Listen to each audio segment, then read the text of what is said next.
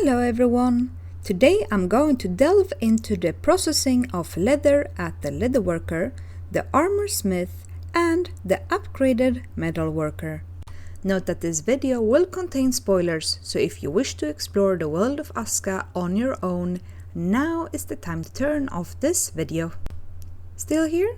Good, let's go! It's been a couple of days since my hunters got their hands on the iron knife, and my leather storage has been filling up.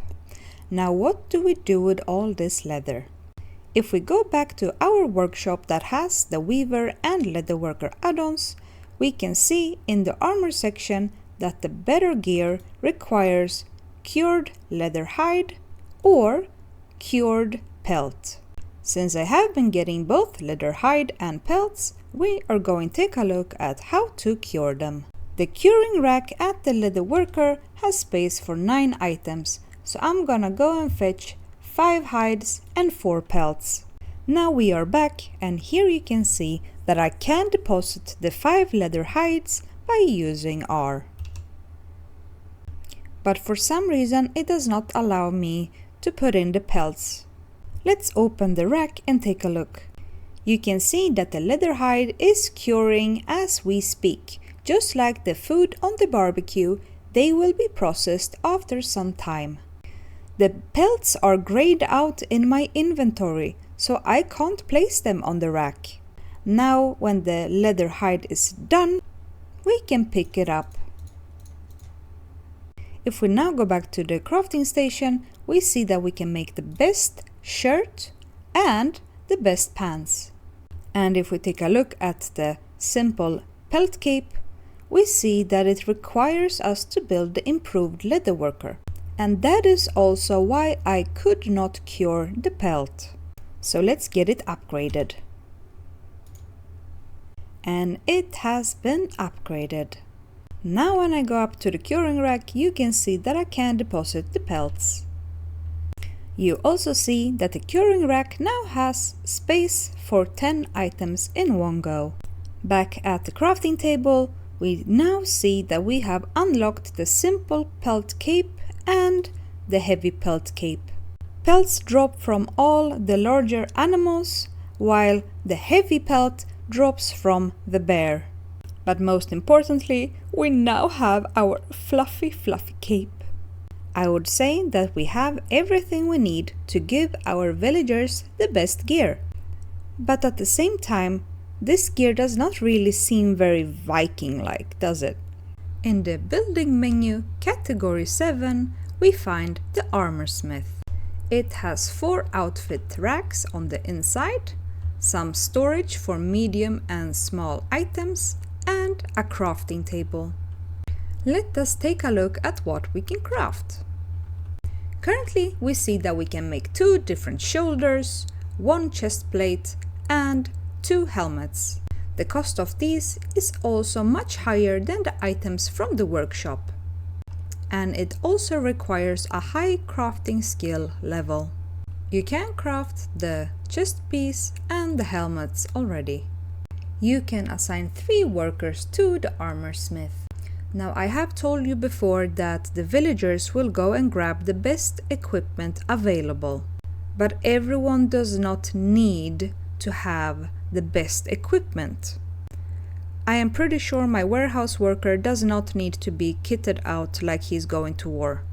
So here it is an ample opportunity to make sure that only your warriors can come and pick up the gear.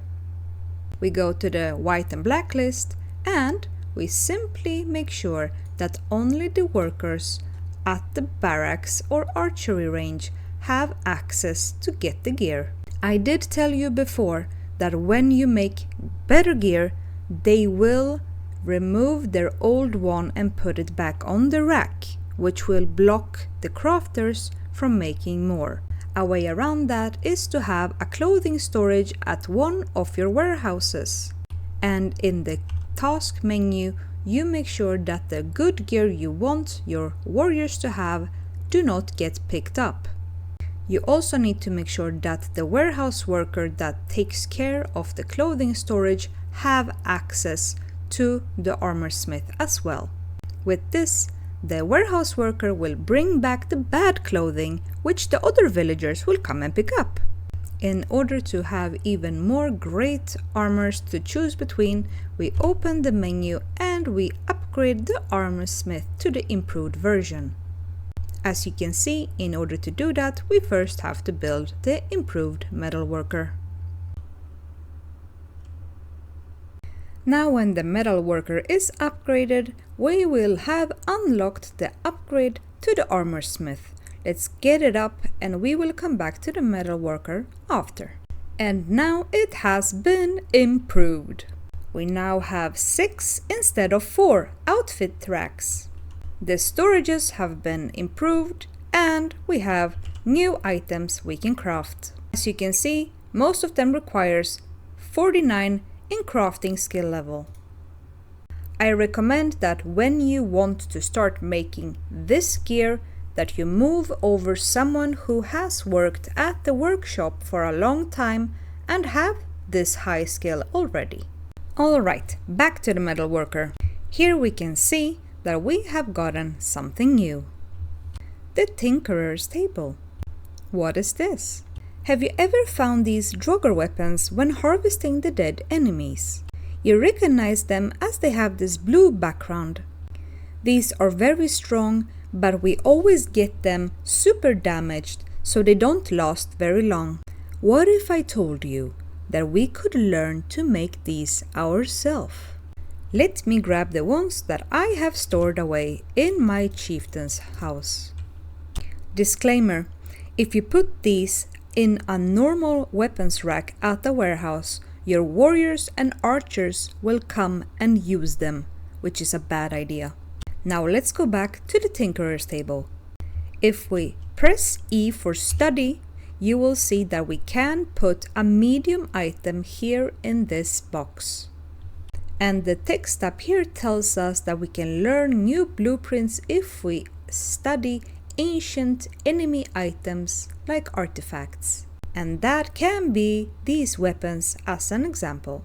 We can right click to put them into the box and press study. If we do this, our character will start doing some amazing dance.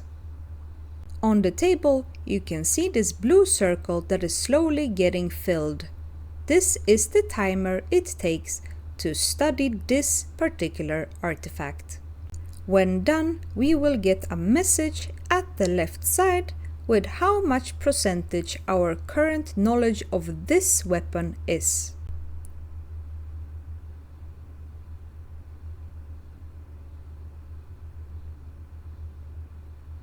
As you see, our knowledge has been increased by 10%.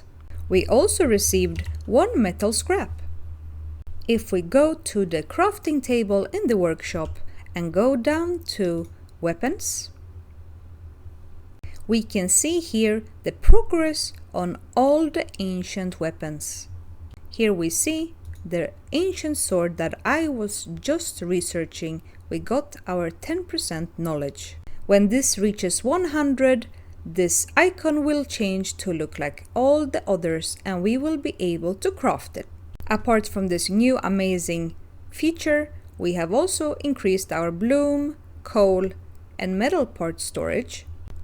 The efficiency of the forge has been improved and we have unlocked more items in the anvil. As you can see, we now have access to make a large iron axe head, hammer head, pickaxe head and iron blade. These items can be made into either tools or weapons, just as the smaller versions.